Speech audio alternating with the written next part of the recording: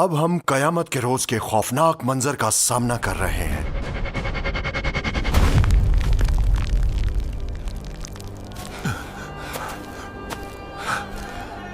دنیا کے خاتمے کے بعد ایک طویل انتظار کے بعد ایک زوردار آواز آتی ہے۔ اللہ رب العزت حضرت اسرافیل علیہ السلام کو دوبارہ زندہ کرتے ہیں اور انہیں ایک بار پھر سور پھونکنے کا حکم دیتے ہیں۔ پل صراط جب فیصلے ہو چکے ہیں، جہنم پر ایک پل رکھا گیا ہے جو جنت تک پھیلا ہوا ہے، اور اس کی دونوں طرف کنڈے لٹک رہے ہیں۔ ان کا کام ان لوگوں کو پکڑنا ہے جن کا حکم دیا جائے۔ نہیں، براہ کرم میری مدد کریں، نہیں۔ اور خدائے رحمت کے سامنے تمام آوازیں دب کر رہ جائیں گی، چنانچہ تمہیں پاؤں کی سرسراہٹ کے سوا کچھ سنائی نہیں دے گا۔ آج کے دن ہم ان کے منہ پر مہر لگا دیں گے اور ان کے ہاتھ ہم سے بات کریں گے اور ان کے پاؤں گواہی دیں گے کہ وہ کیا کمائی کیا کرتے تھے۔ اب دنیا ختم ہو چکی ہے، ایک ایک کر کے ملک الموت سمیت تمام فرشتے مر چکے ہیں، لیکن اب وہ وقت ہے جب سب کچھ حقیقی معنوں میں شروع ہوگا اور سور پھونکا جائے گا اور ہم ان سب کو ایک ساتھ جمع کر لیں گے،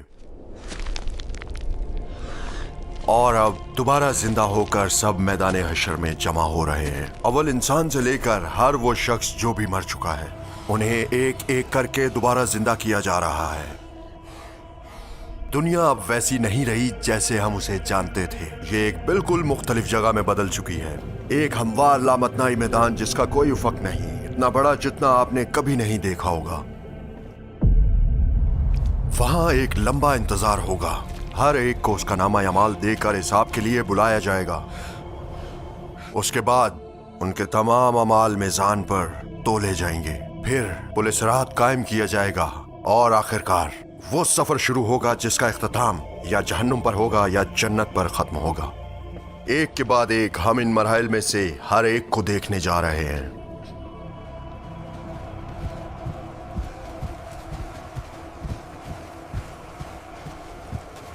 ممکن ہے کچھ لوگوں کو حیرت ہو کہ مردوں کو کیسے دوبارہ اکٹھا کیا جائے گا جب وہ گل سڑ کر زمین کے نیچے بکھر چکے ہیں، انہیں دوبارہ کیسے اٹھایا جائے گا؟ اس آیت میں ہمارا رب اس سوال کا ایک خوبصورت جواب دیتا ہے۔ وہ فرماتا ہے، ان گلی سڑی ہڈیوں کو کون زندہ کر سکتا ہے؟ کہہ دو کہ ان کو وہی زندگی دے گا جس نے انہیں پہلی بار زندہ کیا تھا، اور وہ ہر طرح کی تخلیق کو خوب جاننے والا ہے۔